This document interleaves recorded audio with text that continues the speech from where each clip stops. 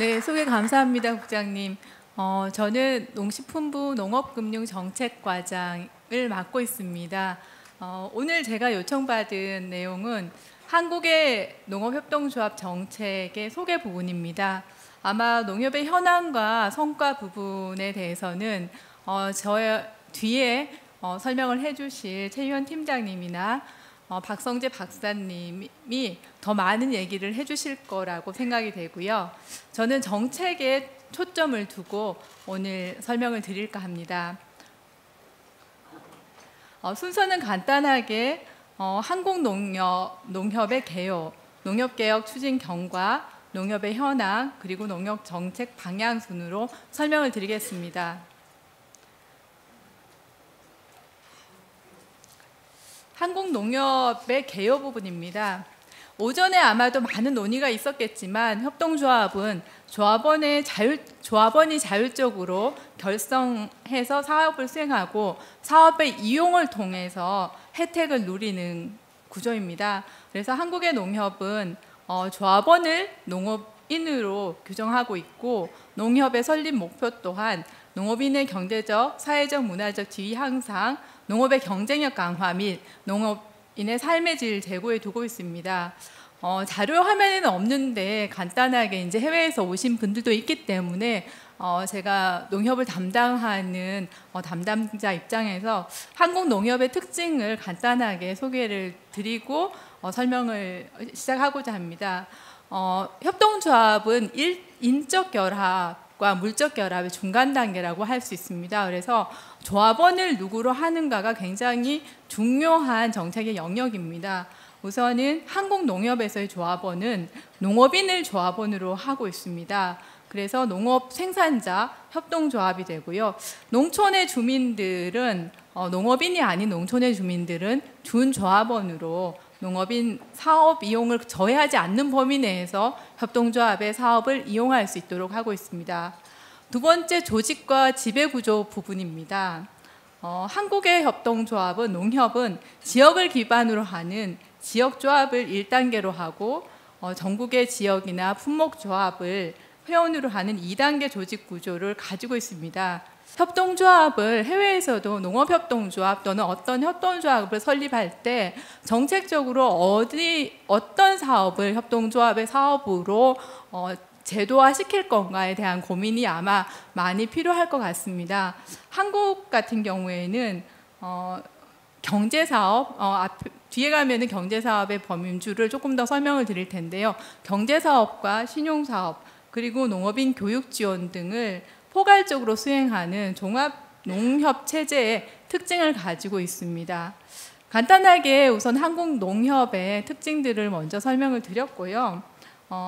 그 다음에 나와 있는 것처럼 한국농협 개혁의 역사를 보기 전에 한국농협의 위치에 대해서 소개해 드릴까 합니다. 보시면은 한국의 농업인 수가 16년 기준입니다. 16년 기준으로 250만 내 숫자가 농업인 숫자입니다. 이 중에 조합원이 보면은 225만에 해당됩니다. 거의 90%에 육박하는 농업인들이 농협에 소속되어서 작든 크든 활동을 하고 있습니다.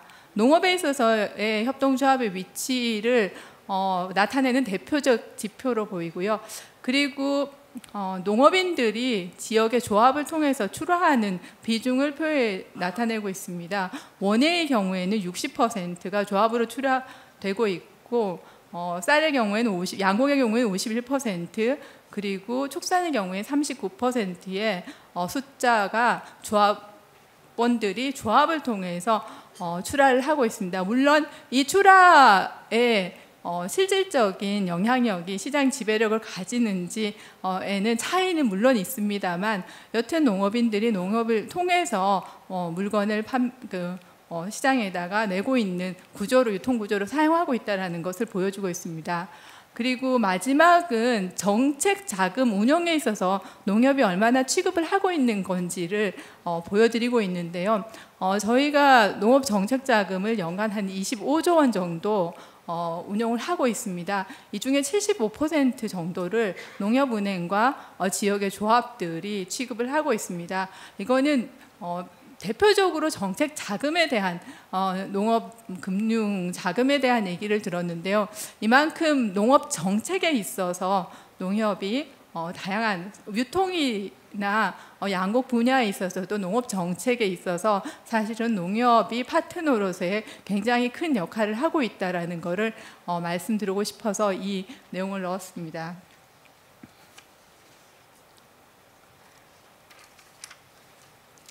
이런 상황이기 때문에 농업인 단체나 전문가 등 농업계에서는 농협 정책에 대해서 지대한 관심을 보여주고 있습니다. 그리고 정부 정책에 있어서 농협 정책이 차지하는 비중도 굉장히 높다고 할 수 있고요. 다음으로는 농협 개혁, 농협에 관련되는 정책이 어떻게 바뀌어왔는가를 설명드리고자 합니다. 구체적인 연대별 설명이 앞서서 또 간단하게 소개를 드리자면은 한국농협의 발전은 아마 다른 개도국에서도 마찬가지겠지만 정부 주도로 이루어졌던 측면이 큽니다. 조직과 사업 모두 정부 주도로 제도화되고 지배구조나 운영 또한 모든 면에서 초기에는 정부의 영향력이 막대했습니다. 여기에 대해서는 아마도 평가가 엇갈릴 것 같습니다. 한국의 농협 정책을 적용을 할지 말지를 판단하는 데서 있어서도 다양한 견해가 있을 수 있는데요.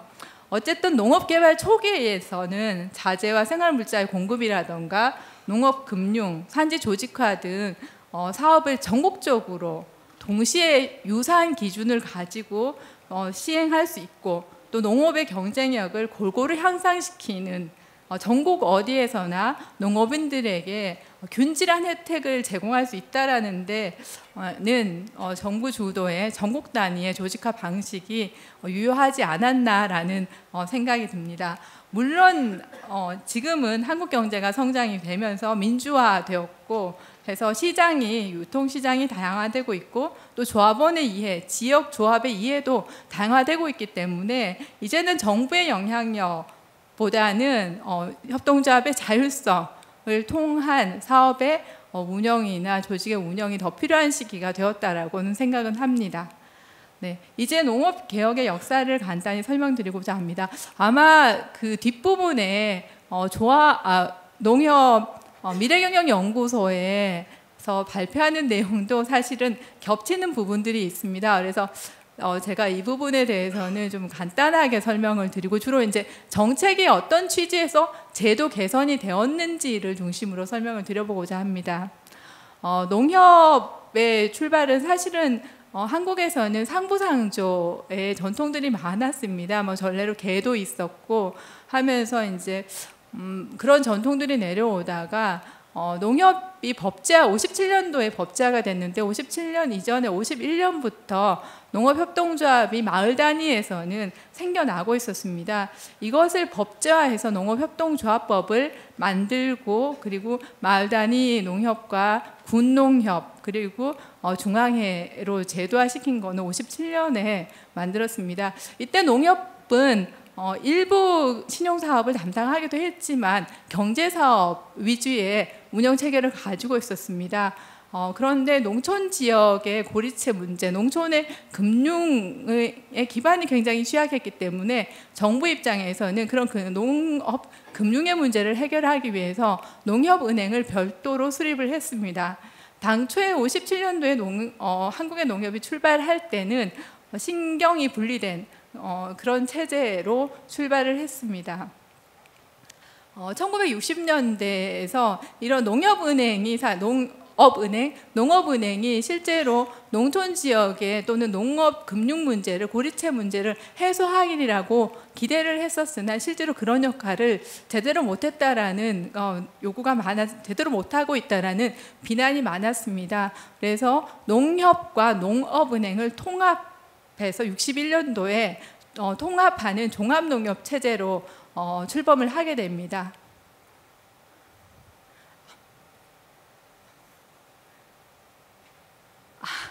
죄송합니다. 5분이 지났다라는 지금 안내를 하고 있는데 제가 눈이 시력이 안 좋아서 보지를 못했습니다. 네. 5분 남았다는 건가요?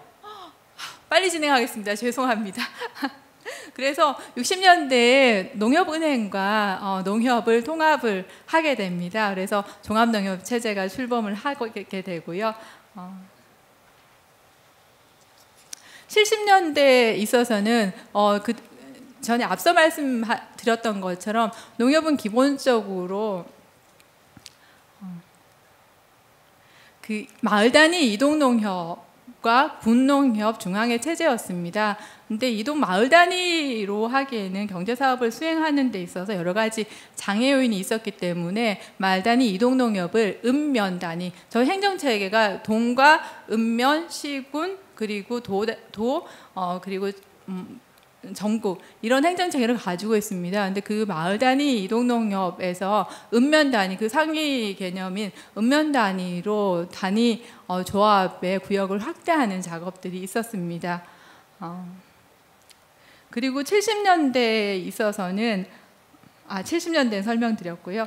80년대에서는 3단계 농협의 구조를 읍면, 시군, 중앙의 3단계가 굉장히 기능 중복에 따른 비효율이 많다라는 외부의 요구들이 있었습니다. 그래서 시군 조합을 폐지를 하고 중앙에 지사무소로 흡수를 하게 됩니다. 그래서 현재와 같은 지역 조합과 중앙의 2단계 구조로 가져가게 됩니다.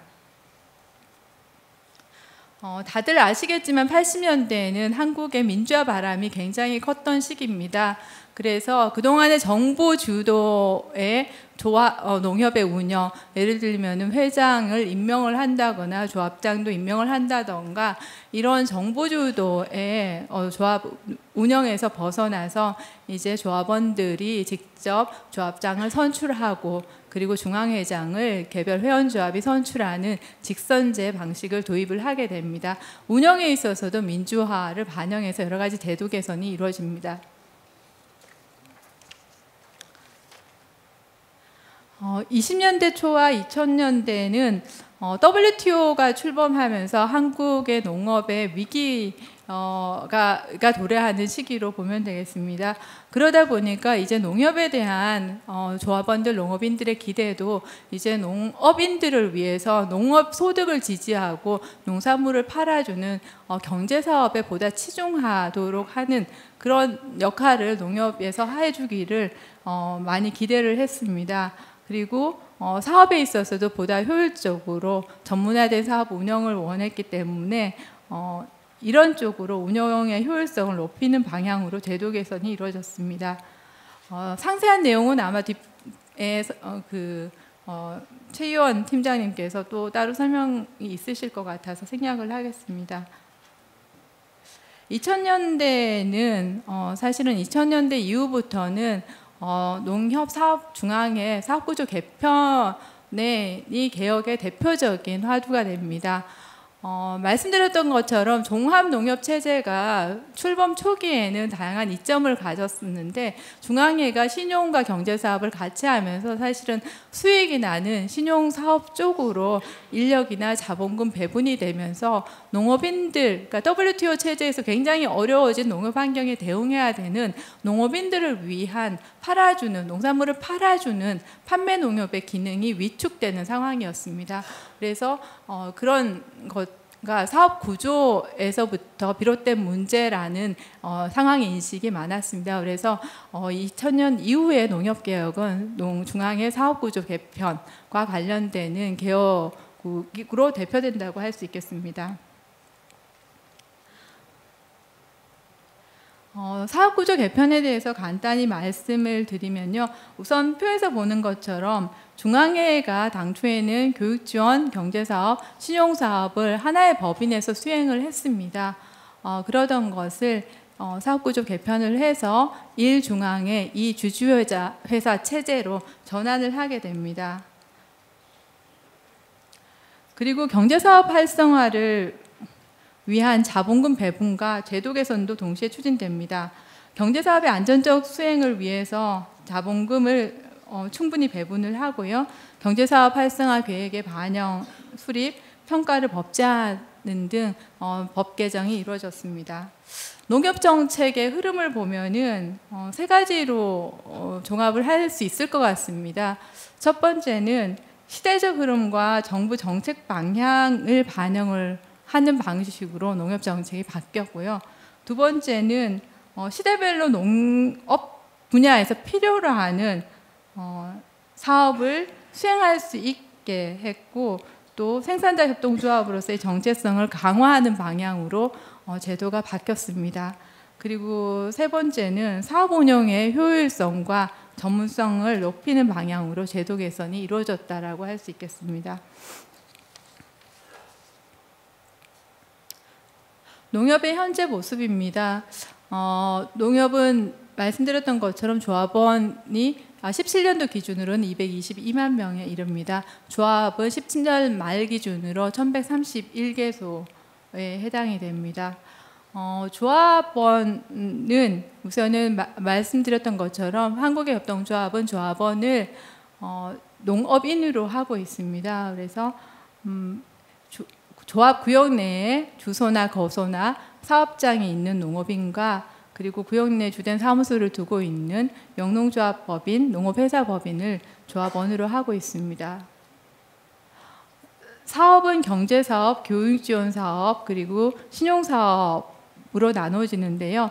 경제사업은 조합원이 생산한 농산물을 제조, 가공, 판매하는 기능을 대표로 갖고 있습니다. 그리고 교육지원사업 같은 경우에는 경제사업 활성화를 위한 지원, 농업 생산 증진을 위한 지도, 그리고 복지후생 및 의료지원 등의 사업이 해당이 됩니다. 금융사업은 조합원에 대한 여신과 수신이 대표적인 사업이고요. 신용사업은 지역조합 같은 경우에는 신용사업과 지역조합은 교육지원 경제 신용사업을 동시에 수행을 하고 있고, 그리고 품목조합 같은 경우에는 경제사업과 교육지원사업을 수행하도록 하고 있습니다. 중앙의 구조입니다. 중앙에는 지역 및 품목조합을 회원으로 하고 기관으로는 총회, 대의원회, 이사회 등을 두고 있습니다. 총회, 대의원회, 이사회 의장은 조합원의 대표인 회장이 수행을 하고 있습니다. 중앙의 사업으로는 교육지원, 상호금융사업이 있고, 그리고 경제사업과 신용사업은 각각 사업구조 개편을 통해서 분리되었던 금융지주와 경제지주가 각각 수행을 하고 있습니다. 사업구조 개편 이후에 중앙회의 수입과 지출구조 모습인데요. 시간 관계상 생략을 하겠습니다. 앞으로의 농협 정책의 방향 부분입니다. 일부분이 남았다라고 하기 때문에 간단하게 설명을 드리겠습니다. 사실은 농협이 그동안에 우리 한국의 농업 발전에 굉장히 많은 기여를 했습니다. 농협 자체적으로도 많은 성장을 이뤘습니다.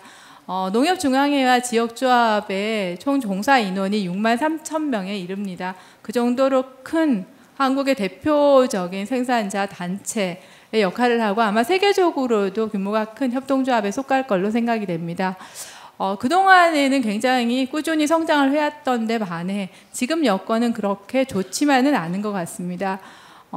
농협의 근간이 되는 농업인이나 농촌 인구가 지속적으로 감소하고 있습니다.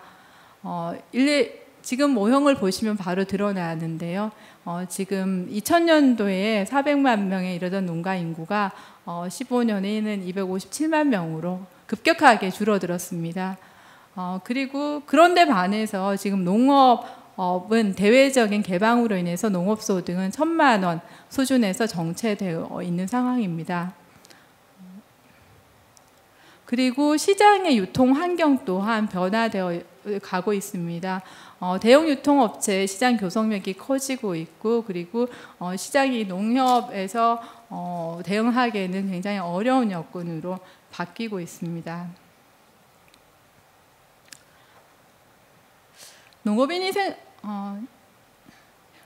생산한 농산물을 이런 여건 하에서 정부의 정책은 농업인이 생산한 농산물을 농협에서 책임지고 팔아주는 판매 중심의 농협을 요구를 하고 있고, 또 생산자 단체 주도로 농산물 가격 안정을 통해서 농업소득을 지지해 줄 것을 시장의 농업계에서는 기대를 하고 있습니다. 이런 농업인들의 요구에 맞게 앞으로 정책 방향은 중앙회에 대해서는 판매 중심의 농협 실현을 위해서 경제사업 활성화를 보다 집중적으로 추진을 하고, 그리고 회원조합의 근간, 또 하나의 근간이 되고 있는 상호금융에 있어서의 컨트롤 타워 역할을 중앙회가 충실히 해주는 그런 방향으로 제도를 개선해 가고자 합니다. 그리고 지역조합에 대해서는 농업인과 접점해서 농업인 소득 증대와 삶의 질 향상에 기여할 수 있는 기반을 마련하는 데 중점을 두고자 합니다. 조합원을 정의화시키고 또 조합을 규모화시켜서 경제사업 기반을 확충하고 농업농촌 지원이나 지역 서민금융센터로서의 기능을 강화하는 방향으로 제도 개선을 추진할 예정입니다.